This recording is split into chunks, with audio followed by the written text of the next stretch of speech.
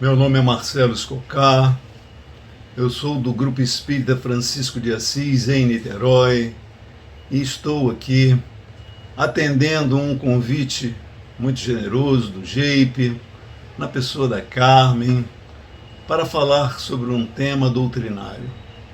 E o tema escolhido é instruí-vos. E o que significa instruir? Instruir é desenvolver sua instrução, é tornar-se sabedor, adquirir conhecimentos. Nós, frequentadores de casas espíritas, de grupos de estudo, de palestras públicas, que assistimos diversas lives, gravações sobre a doutrina espírita, já ouvimos inúmeras vezes a mensagem: Espíritas, amai-vos. Este é o primeiro ensinamento. Instruí-vos. Este é o segundo. É uma mensagem do Espírito de verdade. E nós vamos encontrar no nosso Evangelho segundo o Espiritismo, no capítulo 6, o Cristo Consolador, na parte de instrução dos Espíritos. Está lá no item 5.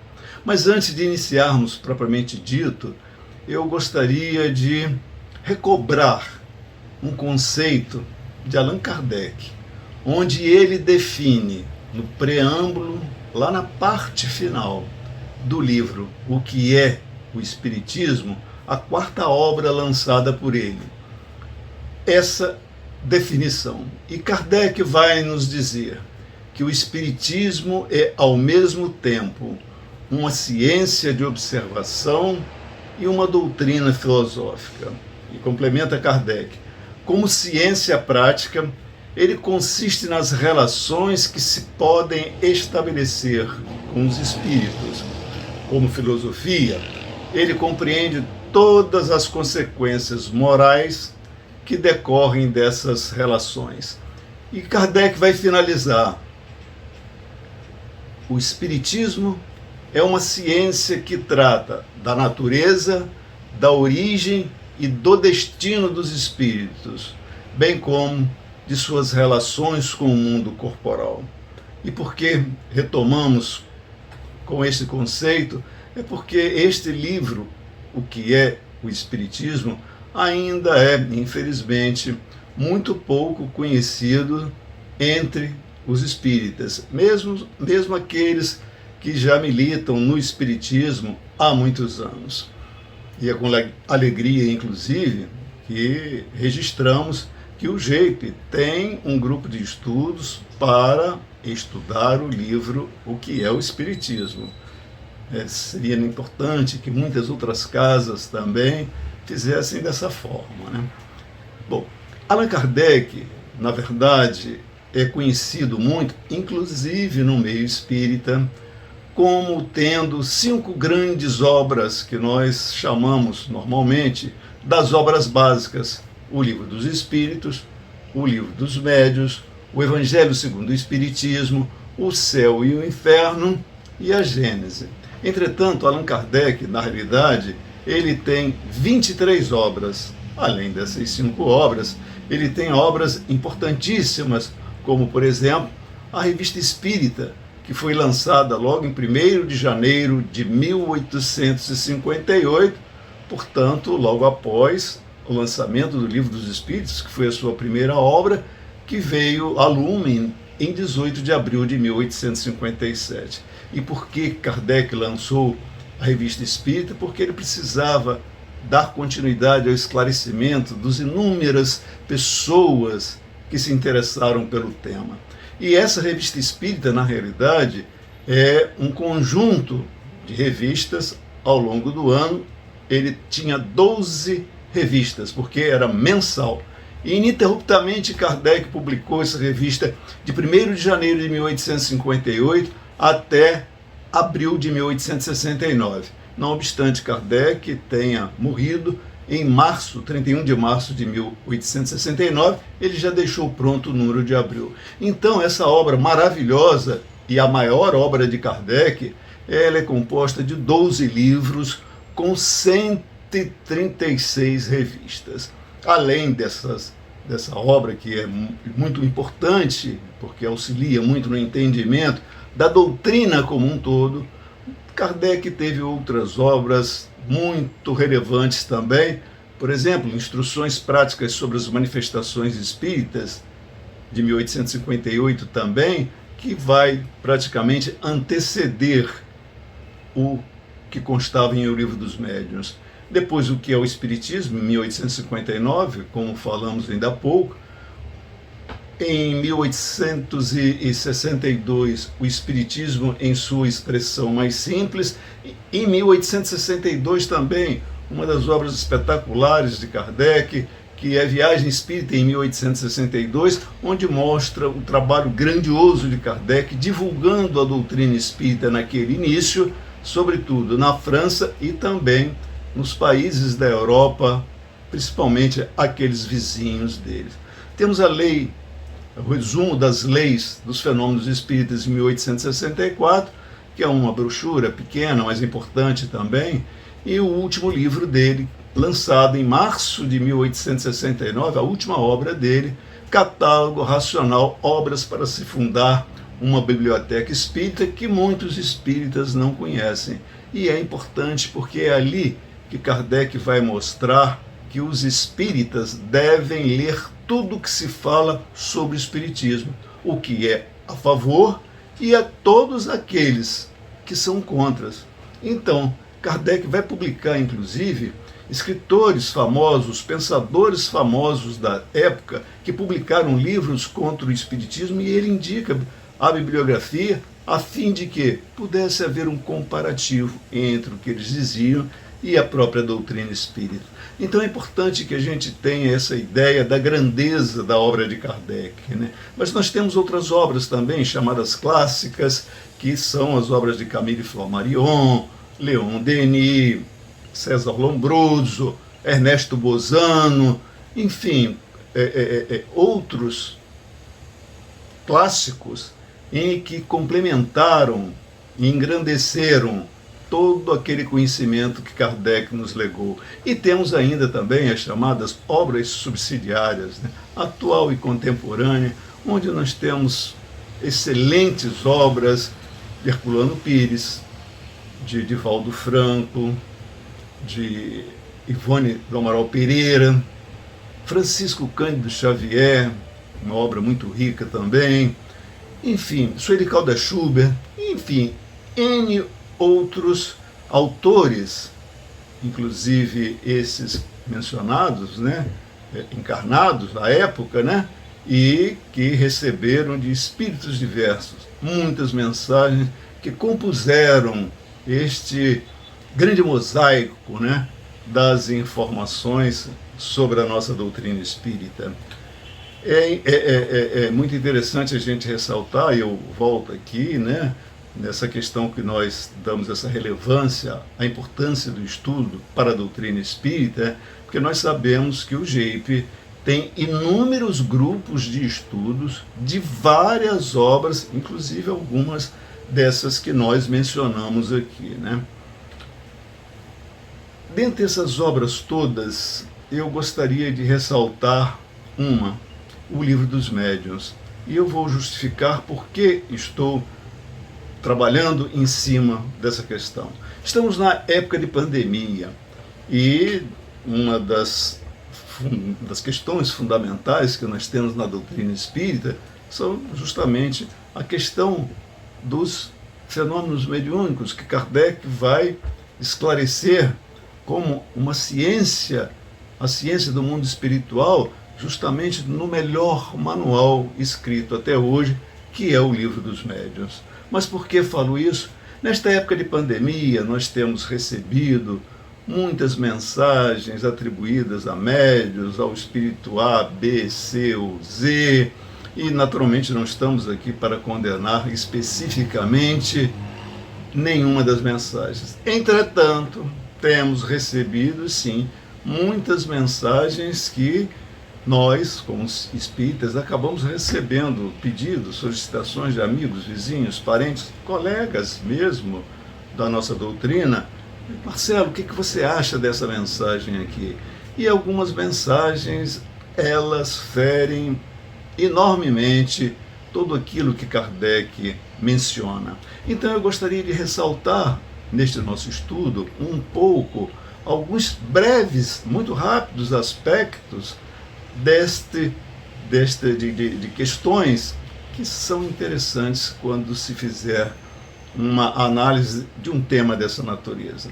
Por hipótese, nada há de sobrenatural e de maravilhoso nos fenômenos. Kardec inicia a sua magistral obra do Livro dos Médiuns com essa informação.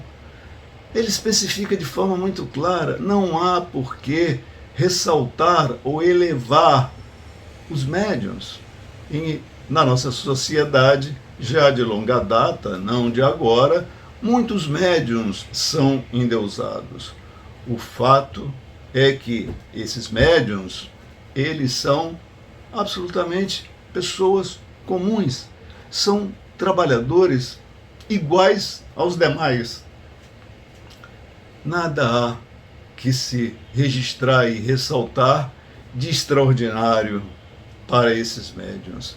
E por que falamos isso? Porque está lá na doutrina espírita e porque nós sabemos que a vaidade é um vício extremamente, muito forte ainda entre nós, que estamos no nosso processo de desenvolvimento espiritual ainda, né? Desenvolvimento moral também. Então nós devemos ter muito cuidado nas nossas reuniões mediúnicas, onde essas mensagens são preparadas com relação às comunicações. É preciso que tenhamos permanentemente em mente, e isso é explicitado na obra de Kardec em vários pontos dessa obra, que os médiuns, bem como os espíritos, eles também são passíveis de erros, de falhas, porque são imperfeitos. Todo médium, quando está aqui na carne, tem as suas imperfeições também, e não tem nada demais isso não. Nada é incompatível ser imperfeito com o exercício da mediunidade, não tem problema. Exerça a sua mediunidade e com as suas imperfeições, sem problema nenhum.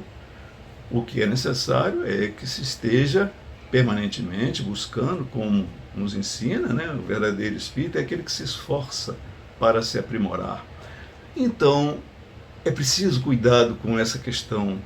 É preciso que as mensagens passem por uma análise crítica. Há uma necessidade do estudo permanente de todos os integrantes de um grupo mediúnico. A realização desse trabalho há que ser feita com muita seriedade, compromisso, responsabilidade, sem qualquer interesse, porque isso vai ser de grande valia e auxílio tanto para espíritos encarnados quanto para espíritos desencarnados. Então fazemos esses pequenos apontamentos somente para que tenhamos cuidado ao analisar essas comunicações que chegam a cada um de nós. E falando no tema, eu queria fazer um registro, né? A casa espírita onde eu frequento, né, que é o Jefa, tem grupos de estudos também, e no momento nós estudamos de forma online, como a grande maioria, né, das instituições espíritas, mas eu participo atualmente de um grupo que estuda justamente o livro Recordações da Mediunidade, que quem frequenta o Ivone Pereira conhece de trás para frente, né, e de frente para trás. E nós estamos estudando justamente o último capítulo, quando eu então recebi o convite para estar com vocês aqui hoje. E estudávamos naquele dia em que fomos convidados sobre o último capítulo, cujo título é O Complexo Obsessão. Então eu vou ler aqui, que é para eu não perder nenhum ponto do que está escrito. Eu vou literalmente ler. No capítulo 28 de O Evangelho segundo o Espiritismo, e aqui eu quero fazer só um pequeno parênteses antes de prosseguir a leitura, o capítulo 28 do Evangelho segundo o Espiritismo trata da coletânea de preces espíritas, muito importante capítulo, sobretudo neste momento que todos nós passamos por tantas aflições, e ele está pronto lá com uma série de preces que muitas vezes nós, em desequilíbrio ou diante de uma notícia inesperada, perdemos assim o domínio, e as preces estão lá para cada situação. Estudemos também esse capítulo 28, que é muito importante. Mas retomando aqui, diz Ivone, no capítulo 28 de O Evangelho segundo o Espiritismo, no item 6, na prece para o começo da reunião mediúnica que ela estava falando, existe a seguinte advertência, a qual sensatamente instruiria os médiuns que a estudassem com o coração atento, e também aos respectivos diretores, pois a instrução espírita não pode perder de vista nenhum detalhe que vise a solidificá-la. A Ivone resume de forma magistral aqui o que vínhamos falando. Em apenas um parágrafo pequeno, ela menciona em 2 momentos a questão da importância da instrução.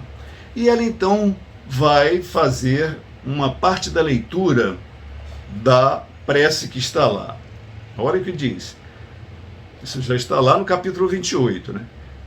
Que ela transcreve. Bons espíritos que vos dignais de vir instruir-nos, tornai-nos dóceis aos vossos conselhos, preservai-nos de toda ideia de egoísmo, de orgulho, de inveja e ciúme. Inspirai-nos indulgência e benevolência, para que os nossos semelhantes, presentes e ausentes, amigos ou inimigos, fazei, em suma, que, pelos sentimentos de que nos achemos animados, reconheçamos a vossa influência salutar. Então, nós temos numa leitura que está sendo estudada neste momento, né, exatamente aquilo que nós estamos mencionando. Mas eu queria também trazer uma outra obra que gosto muito, que é a obra Nos Domínios da Mediunidade, um verdadeiro compêndio sobre a mediunidade, que é uma psicografia de Francisco Cândido Xavier e editada pelo espírito André Luiz. E lá, numa das passagens finais, Aulus é o grande orientador de André Luiz naquela etapa, né? E André, observando do plano espiritual os preparativos para uma reunião mediúnica, e aí faz uma das inúmeras perguntas que ele fazia para o seu instrutor, e o Aulus então vai responder para ele: André, importa ponderar, ele disse com veemência, em qualquer setor de trabalho, a ausência de estudo significa estagnação. Esse ou aquele cooperador que desistam de aprender, incorporando novos conhecimentos, condenam-se fatalmente às atividades desse subnível. Então nós vemos em 2 obras, a propósito exatamente de questões de ordem mediúnica, que trouxemos como exemplo por conta dessas mensagens que recebemos no momento, né? Eles abordam exatamente a importância da instrução, da educação, do estudo permanente. E finalizando essas obras que nós mencionamos, autores, há pouco, né? Eu quero trazer mais um que mencionamos, Divaldo Pereira Franco. Divaldo Pereira Franco tem um livro muito bom, cujo título é Estudos Espíritas. Ele psicografou um ditado de Joana de Ângeles. Foi uma comunicação ocorrida em Salvador, no dia 5 de maio de 1973. E Joana ensina: estudar o Espiritismo na sua limpidez cristalina e sabedoria incontestável é dever que não nos é lícito postergar, seja qual for a justificativa que aqui nos apoiemos. Ouvimos muito, né? Ai, me falta tempo, ai, a minha família me sobrecarrega, ai, muito trabalho, a questão financeira, são inúmeros problemas. É verdade que todos esses problemas existem, sem dúvida alguma. Sem dúvida alguma. É possível que em algum momento de nossas vidas isso aconteça? Também, sem dúvida, isso é verdade. Mas não ficar postergando isso, como vemos com frequência, né? E eu queria então, relembrando, né, o instruí-vos, eu que já estou chegando bem próximo aos 70 anos, me lembro que na minha juventude, adolescência, eu, para buscar uma possibilidade maior de instrução, né, os recursos eram poucos também, então precisava me valer do auxílio das bibliotecas. E na biblioteca a gente ia lá, ficava pesquisando aqueles livros, pegava, sentava, estudava, quando possível levava para consultar em casa, estudar, mas as luzes desse conhecimento tinham um trabalho muito maior. Hoje nós temos com muita facilidade o notebook, o desktop, esse nosso computador de mesa, o tablet, o celular que nós conseguimos baixar todas as obras, por hipótese, de Allan Kardec. E nós temos o celular, você tem todas aquelas 23 obras que eu mencionei há pouco, estão no meu celular. E outras tantas obras, dessas inclusive, que nós falamos, a gente consegue baixar em PDF. Nós conseguimos acesso hoje a inúmeras bibliotecas no mundo inteiro para assuntos diversos, inclusive espíritas, ou seja, nós temos hoje uma facilidade muito maior, utilizando esse avanço tecnológico extraordinário que devemos aproveitar, sim, faz parte daquilo que conhecemos, a lei do progresso, as redes sociais, as TVs, rádios, blogs, lives, gravações como essa que fazemos agora, plataformas diversas, Zoom, Jitsi, Google Meet, StreamYard, YouTube, Facebook, Instagram, WhatsApp, hoje nós utilizamos isso. Então nós temos uma extraordinária oportunidade de ensino e aprendizagem. Aproveitemos, meus irmãos, minhas irmãs, vamos nos instruir. Agora, é preciso estar atento. O cuidado e a responsabilidade que devemos ter na seleção daquilo que vamos ler, do que vamos ouvir, do que vamos repassar e também produzir. Razão do início da nossa conversa inicial, da divulgação das mensagens. Tenhamos muito cuidado, né, na hora que recebemos alguma coisa e vamos averiguar antes de passar adiante. E eu queria concluir esse, digamos, passeio entre obras com a obra extraordinária que eu já mencionei, a Revista Espírita. E eu quero pegar um exemplar de novembro de 1865. E Kardec tem lá um texto extraordinário sobre o espiritismo e a cólera, que na época atacava a Europa, uma pandemia muito grande também, que ceifou muitas vidas. E Kardec vai dizer no texto dele lá: certamente seria um absurdo crer que a fé espírita seja um atestado de garantia contra a cólera. Sem dúvida, os espíritas podem morrer de cólera, como todo mundo, porque seu corpo não é mais imortal do que o dos outros, e porque, quando chega a hora, há que se partir por esta ou aquela causa. E Kardec vai considerar ainda vai fazer várias considerações sobre as precauções necessárias, inclusive de ordem sanitária, que se aplicam inteiramente ao nosso momento com a Covid. Se nós formos lá, nesse texto de Kardec, e substituirmos a palavra cólera por Covid-19, nós vamos ver que é extremamente atual aquele texto de Allan Kardec, provando de forma cabal a atualidade da nossa doutrina espírita. E neste momento a gente poderia, muitos de nós, né, que estão em isolamento social já há bastante tempo, né, temos tido oportunidades muito boas para reflexão, para estudos, para meditação, de como tem sido a nossa vida, quais são os propósitos que pretendemos após tudo retornar à normalidade. E nós identificamos que é um momento importante para que tenhamos coragem, para que tenhamos esperança, para que sejamos esclarecedores daquilo que já conhecemos da nossa amorosa doutrina espírita, que possamos ser veículos de consolo e de mostrar, não querendo doutrinar, mas simplesmente querendo instruir, da certeza da vida futura, que tudo isso deve nortear a nossa vida daqui em diante.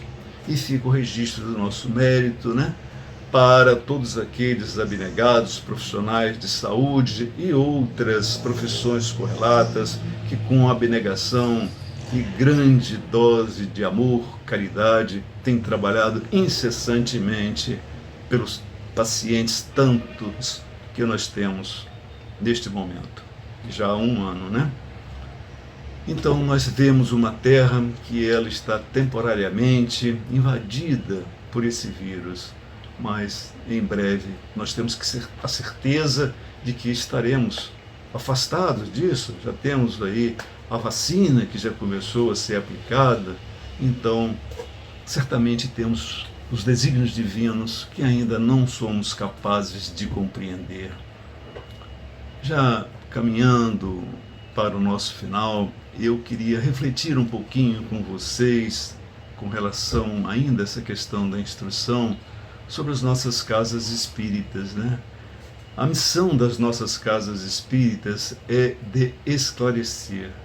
Nós esclarecemos instruindo os irmãos que nos visitam. Outra missão nossa é de consolar. Nós consolamos quando instruímos aquele que muitas vezes em desespero nos busca. Nós acolhemos e a nossa instrução favorece esse acolhimento, amplia esse acolhimento. Portanto, na missão da casa espírita, a instrução está presente todo o tempo. Na assistência espiritual que nós prestamos em nossas casas espíritas, que essa assistência, na realidade, é um conjunto de atividades que visam, né? Essas atividades visam atender adequadamente todas as pessoas que buscam ou frequentam os nossos centros espíritas, com o objetivo de quê? Obter esclarecimento, obter orientação, ajuda e assistência espiritual e moral. Temos tantos momentos nesta situação da Covid, que lares estão desajustados, infelizmente uma violência doméstica crescente, pessoas desequilibradas de toda ordem, muitos desequilíbrios mentais. E nós, muitos casos de suicídio, precisamos estar, ainda que de forma virtual, acolhendo, fazendo prece para esses irmãos. Nunca eu vi em toda a minha vida tantos momentos de prece como temos vivenciados nas nossas próprias casas espíritas, as nossas reuniões mediúnicas, né? Ainda que virtuais, nós temos as listas, no momento de radiação, as listas são enormes.